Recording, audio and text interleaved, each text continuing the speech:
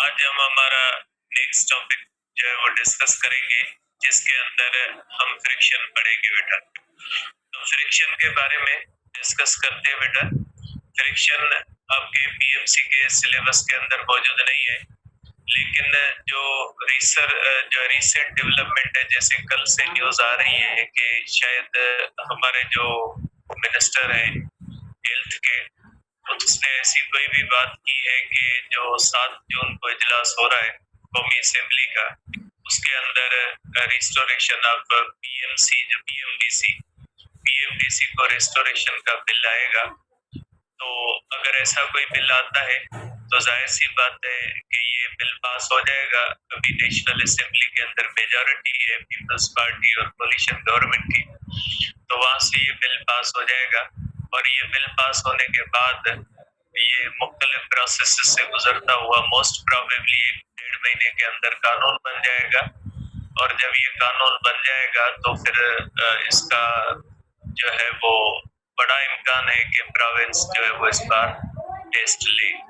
तो 7 जून को देखते हैं क्या होता है।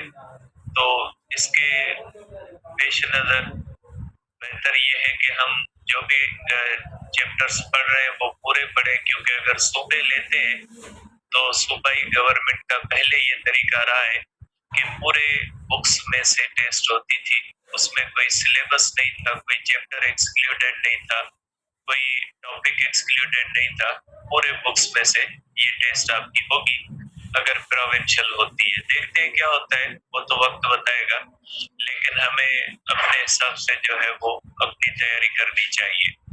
तो बेटा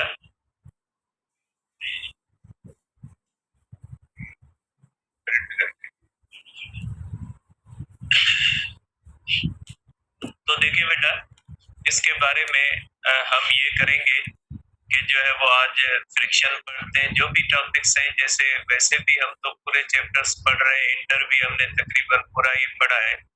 तो इससे ये होगा कि अगर ऐसा कोई भी सिस्टम होता है जो फिलहाल तो होते हुए नजर आ रहा है, ठीक है, फिर आगे देखते हैं क्या होता है। पीएमसी के एक्ट में तब्दीली होती है या पीएमडीसी वापस आती है, तो ये तो वक्त बताएगा। मेरे ख्याल में मोस्ट प्रोबेबली पीएमडीसी नहीं आएगी, पीएमसी के एक्ट में तब्दीली होगी। पीएमसी के एक्ट में तब्दीली ज्यादा आसान है एज कम्पेयर टू रिस्टोर करना पीएमडीसी को, ये लंबा प्रोसेस है। तो देखिए बेटा, आज डिस्कस करेंगे हम जो है वो फ्रिक्शन के बारे में, कि फ्रिक्शन क्या होती है या फ्रिक्शन किसको कहा जाता है।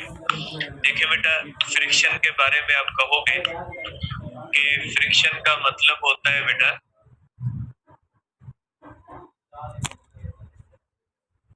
देखिए बेटा, फ्रिक्शन का मकसद ये होता है कि जब कोई भी बॉडी किसी भी सरफेस के ऊपर मूव करती है या मूव करने की कोशिश करती है, तो जब कोई भी बॉडी मूव करे, दो कंडीशन ध्यान में रखिएगा। या तो वो बॉडी मूव करे या मूव करने की कोशिश करे।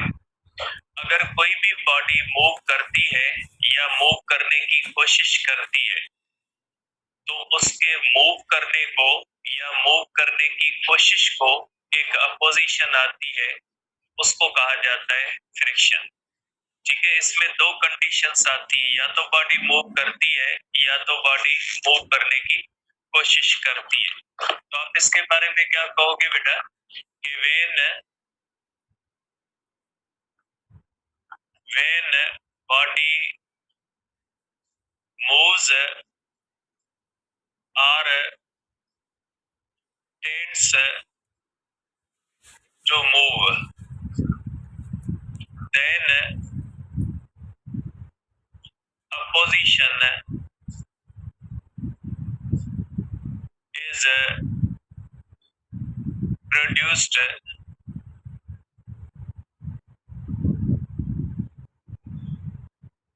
ठीक है, when body moves or tends to moves, then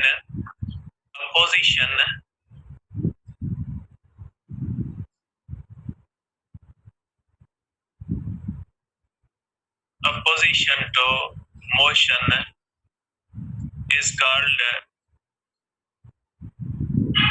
friction। बेटा, फ्रिक्शन के बारे में ध्यान में रखिएगा कि इसका ताल्लुक दो चीजों से बॉडी मूव करती है या टेंड्स टू मूव है, और ये अपोजिशन टू मोशन है, इसका जो है वो रेस्ट से कोई ताल्लुक नहीं होता। तो आप कहोगे बेटा कि कोई भी बॉडी है वो किसी सरफेस पे मूव करती है या मूव करने की कोशिश करती है, ठीक है, तो इस कंडीशन के अंदर इसके अंदर फ्रिक्शन होगी। और अगर कोई बॉडी मूव नहीं कर रही और मूव करने की कोशिश भी नहीं कर रही तो उसके अंदर फ्रिक्शन नहीं होती। फ्रिक्शन जो होती है ये अपोजिशन है मोशन को, ये अपोजिशन किसी रेस्ट या अदर स्टेट को नहीं है, ये जो अपोजिशन है ये अपोजिशन है मोशन को। तो आप इस तरह से कह सकते हैं बेटा, आप इस तरह से कह सकते हैं, मैं इसके केसेस बनाता हूँ बेटा। फर्स्ट केस ये है कि सपोज करें एक बॉडी इस तरह से रेस्ट के अंदर पड़ी है बेटा, ये बॉडी इस तरह से हॉरिजॉन्टल सरफेस पे पड़ी है और इसके ऊपर दो फोर्सेस लग रही है बेटा, वेट है और नॉर्मल रिएक्शन है बेटा। Weight is equal to normal reaction या weight minus normal reaction is equal to 0। बेटा ये बॉडी जो होती है ये ना ही मूव कर रही है और ना ही मूव करने की कोशिश कर रही है, क्योंकि इसको कोई भी फोर्स मूव करवाने की कोशिश नहीं कर रही। देयरफॉर इस कंडीशन के अंदर हम कहेंगे कि फ्रिक्शन जो होती है ये 0 होती है। तो ये बॉडी न मूव कर रही है न मूव करने की कोशिश कर रही है। तो बेटा फ्रिक्शन की डेफिनेशन ही यही कहती है कि कोई भी बॉडी मूव करे या मूव करने की कोशिश करे तो उसको एक अपोजिशन आती है, उस अपोजिशन को हम क्या कहते हैं, उस अपोजिशन को हम फ्रिक्शन कहते हैं बेटा। अब देखिए सेकंड केस मैं बनाता हूं बेटा, ठीक है। सेकंड केस ये है कि सपोज करें ये बॉडी, इसके बारे में आप कह लें कि ये बॉडी रेस्ट में है, ठीक है। सपोज करें इस तरह से एक बॉडी है बेटा, इस तरह से इसके ऊपर वेट है और इसके ऊपर नॉर्मल रिएक्शन है और यहाँ से एक अप्लाइड फोर्स है बेटा, यहाँ से अप्लाई फोर्स कर रहे हैं बेटा। देखिए ये वेट और नॉर्मल रिएक्शन तो अपने आप को कैंसिल कर देते हैं, लेकिन ये जो होता है अप्लाइड फोर्स बेटा, ये इसको मूव करवाने की कोशिश कर रही है। तो weight minus normal reaction is equal to 0 हो जाता है। जबकि यहाँ पे क्या होता है, जब ये फोर्स लग रही होती है तो यहाँ से एक फ्रिक्शन आ रही होती है, अपोजिशन आ रही होती है।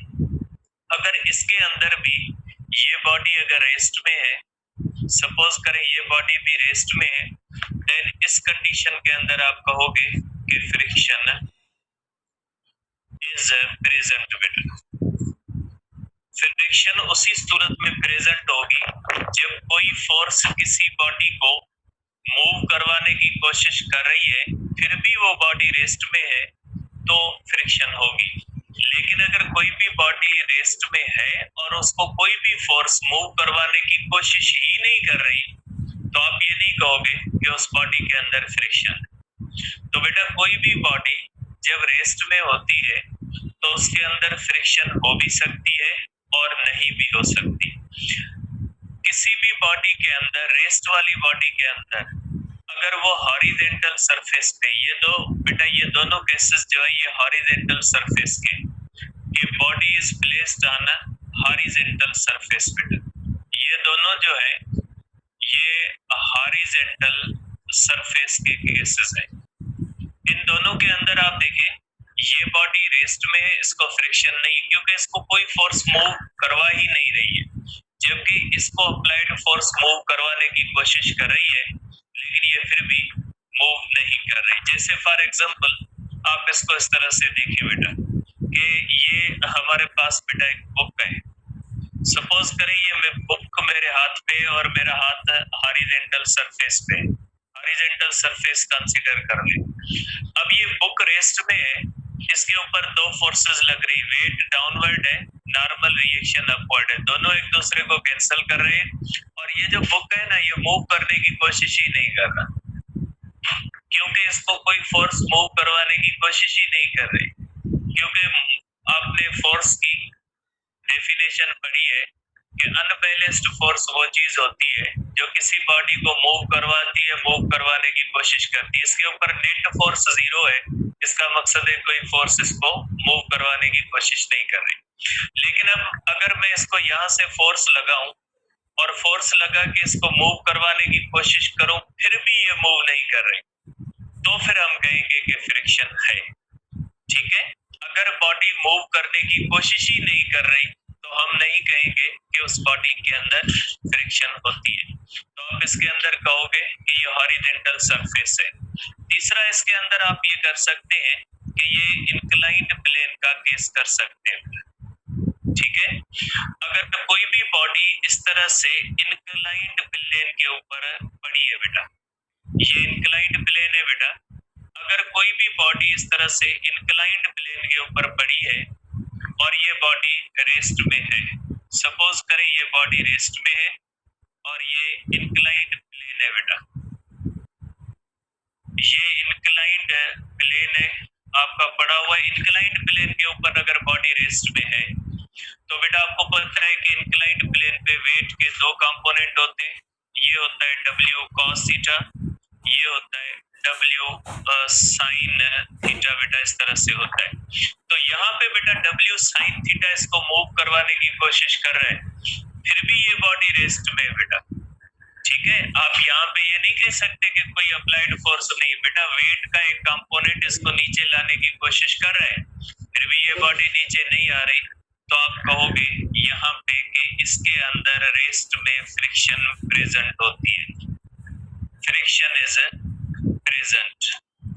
ठीक है, तो ये इंक्लाइंड प्लेन पे कोई बॉडी रेस्ट में पड़ी है, फिर उसके ऊपर कोई भी बार की हमारी तरफ से कोई फोर्स भले ना हो, लेकिन इंक्लाइंड प्लेन पे वेट का एक कंपोनेंट हर टाइम पे उस बॉडी को मूव करवाने की कोशिश कर रहा होता है।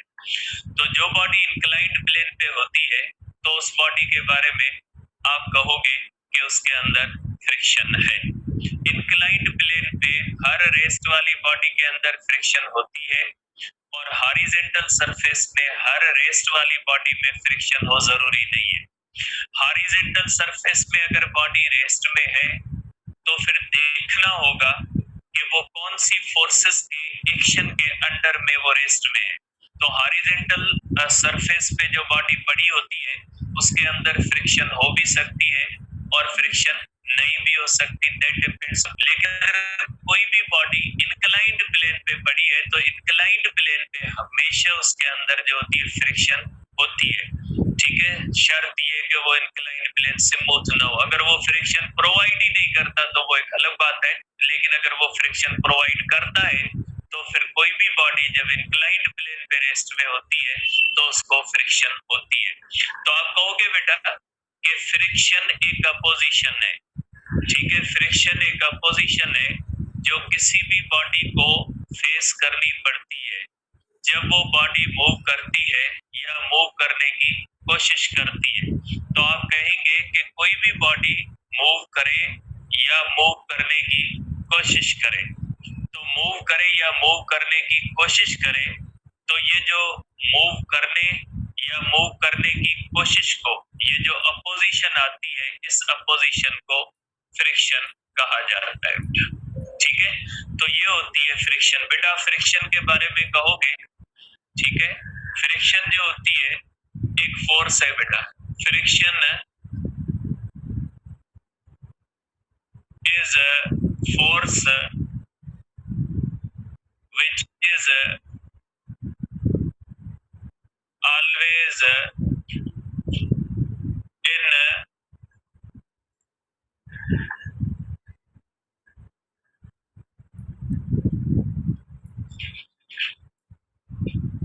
which is always produced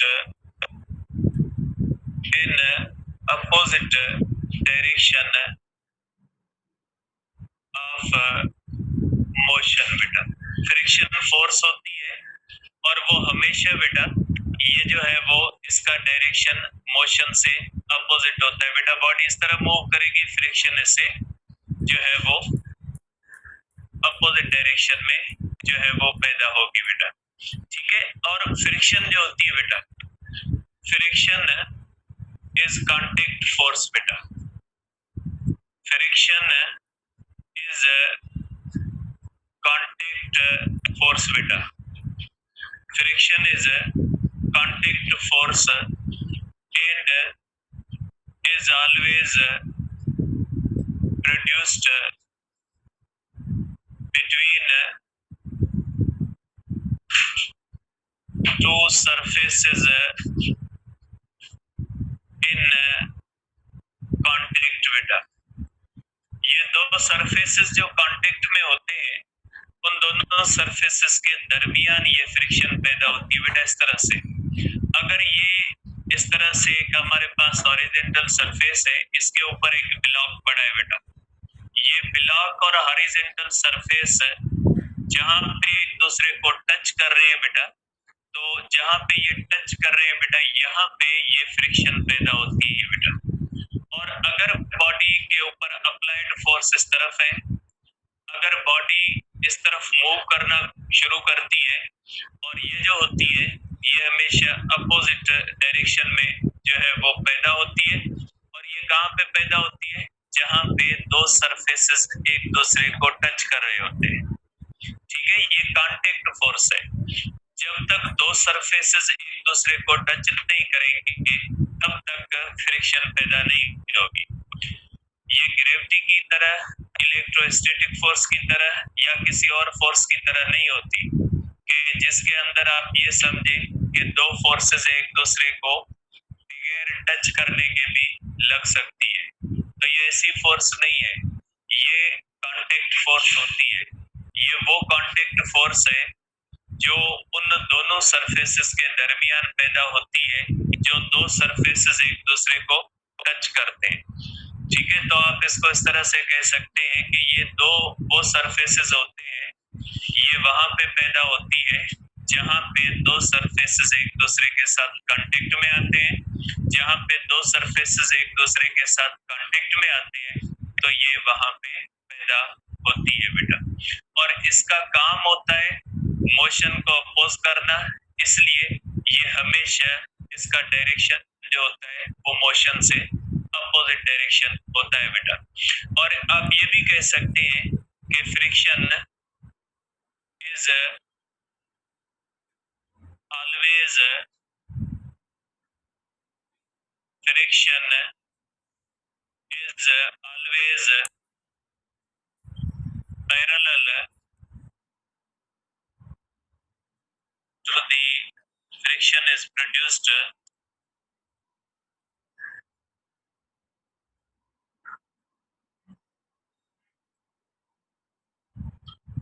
parallel to the direction, parallel to the surfaces in contact beta। बेटा फ्रिक्शन जो होती है वो सरफेसेस से पैरेलल होती है जिन सरफेसेस के दरमियान ये पैदा होती है। जिस तरह से आपने एक नॉर्मल रिएक्शन पढ़ा है ना बेटा, नॉर्मल रिएक्शन हमेशा उस सरफेस से परपेंडिकुलर होता है जिस सरफेस का होता है। ये नॉर्मल रिएक्शन हमेशा परपेंडिकुलर होता है, यहाँ पे भी ऐसे ही होता है बेटा, ये नॉर्मल रिएक्शन है। नॉर्मल रिएक्शन हमेशा उस सरफेस से परपेंडिकुलर होता है, जबकि ये फ्रिक्शन जो होती है ये सरफेसेस से हमेशा पैरेलल होती है। ठीक है, तो ये बेटा नॉर्मल रिएक्शन जो होता है ये भी किसी इस सरफेस की वजह से पैदा होता है, लेकिन ये वो फोर्स होती है जो जिस सरफेस की पैदा होती है उससे परपेंडिकुलर होती है। और ये जो हमारे पास बेटा इस तरह से आप देख सकते हैं कि ये जो फ्रिक्शन होती है बेटा, ये जो फ्रिक्शन है, फ्रिक्शन जो होती है ये हमेशा पैरेलल जो है वो पैदा होती है उन सरफेसेस से जिन सरफेसेस के दरमियान ये बनती है। तो बेटा आप कह सकते हैं कि फ्रिक्शन का डायरेक्शन नॉर्मल रिएक्शन की तरह नहीं होता। नॉर्मल रिएक्शन परपेंडिकुलर होता है, फ्रिक्शन जो होती है वो पैरेलल होती है बेटा। ठीक है, अब देखिए बेटा ये जो है वो फ्रिक्शन के बारे में आप कह सकते हैं कि ये सारी चीजें फ्रिक्शन की बुनियादी चीजें हैं। एक बार इसको फिर जो है वो मैं रिपीट कर देता हूँ कि फ्रिक्शन का मतलब होता है बेटा कि जब कोई भी बॉडी जब कोई भी एक बॉडी किसी भी सरफेस के ऊपर मूव करती है या मूव करने की कोशिश करती है तो उसकी मोशन को या उसकी मोशन की कोशिश को जो अपोजिशन आती है उसको कहा जाता है फ्रिक्शन। फ्रिक्शन वो अपोजिशन है जो किसी भी बॉडी के मोशन को या मोशन की कोशिश को अपोजिशन आती है। और फ्रिक्शन जो होती है बेटा ये हर रेस्ट वाली बॉडी के अंदर नहीं होती। अगर कोई भी बॉडी हॉरिजॉन्टल सरफेस पे रेस्ट में है तो उसके अंदर फ्रिक्शन हो भी सकती है और नहीं भी हो सकती। अगर कोई भी बॉडी किसी भी अप्लाइड फोर्स के सिवा वो बॉडी कोई कोशिश ही नहीं कर रही मोशन की तो फिर उसके अंदर फ्रिक्शन जीरो होगी हॉरिजॉन्टल सरफेस पे, भले वो रेस्ट में। लेकिन अगर वो मूव करने की कोशिश कर रही है तो फिर उसके अंदर फ्रिक्शन होगी बेटा। जैसे मैंने ये डायग्राम बनाए हैं और इंक्लाइंड प्लेन पे कोई भी बॉडी अगर रेस्ट में भी होती है ना तो इंक्लाइंड प्लेन पे वेट का एक कंपोनेंट हर वक्त उस बॉडी को नीचे मूव करवाने की कोशिश कर रहा होता है। लेकिन फिर भी वो अगर बॉडी मूव नहीं कर रही होती, इंक्लाइंड प्लेन पे रेस्ट में होती है, तो ऐसी बॉडी के बारे में हम कहेंगे उसके अंदर फ्रिक्शन होती है। इंक्लाइंड प्लेन पे हर रेस्ट वाली बॉडी के अंदर फ्रिक्शन होती है। और अगर कोई भी बॉडी जो है वो हॉरिजॉन्टल सरफेस पे रेस्ट पे है तो उसमें फ्रिक्शन हो भी सकती है और उसके अंदर फ्रिक्शन नहीं भी हो सकती। आप इसको इस तरह से देखेंगे। और ये जो फ्रिक्शन होती है इसका डायरेक्शन हमेशा मोशन के डायरेक्शन से अपोजिट होता है और फ्रिक्शन जो होती है वो हमेशा वहां पे पैदा होती है जहां पे दोनों सरफेसेस एक दूसरे को टच करते हैं। फ्रिक्शन सेंट्रल फोर्स नहीं होती, फ्रिक्शन कंजर्वेटिव फोर्स नहीं होती, क्योंकि सेंट्रल फोर्स और कंजर्वेटिव फोर्स वो फोर्सेस होती है जो सेंटर टू सेंटर एक्ट करती है और जिनके खिलाफ किया हुआ वर्क स्टोर होता है एज अ पोटेंशियल एनर्जी। तो फ्रिक्शन के खिलाफ किया हुआ वर्क स्टोर नहीं होता एज अ पोटेंशियल एनर्जी और friction centre to centre act नहीं करती, ये सरफेस टू सरफेस एक्ट करती है। ये कांटेक्ट फोर्स है, ये नॉन कांटेक्ट फोर्स नहीं है। इसलिए आप कहोगे कि फ्रिक्शन जो होती है वो ये सेंट्रल फोर्स नहीं है। Friction is not central force. Friction is not central force और कंजर्वेटिव फोर्स बेटा। आप कह सकते हैं कि ना ही सेंट्रल फोर्स है और ना ही कंजर्वेटिव फोर्स है बेटा। ठीक है, तो आप ये कह सकते हैं कि ये ना ही सेंट्रल फोर्स है और ना ही कंजर्वेटिव फोर्स है। आप इसके बारे में ये कह सकते हैं बेटा। तो ये हो गई हमारे पास फ्रिक्शन। और ये हम बात कर रहे हैं बेटा सॉलिड सरफेसेस के दरमियान फ्रिक्शन, तो ये सॉलिड फ्रिक्शन कहलाती है।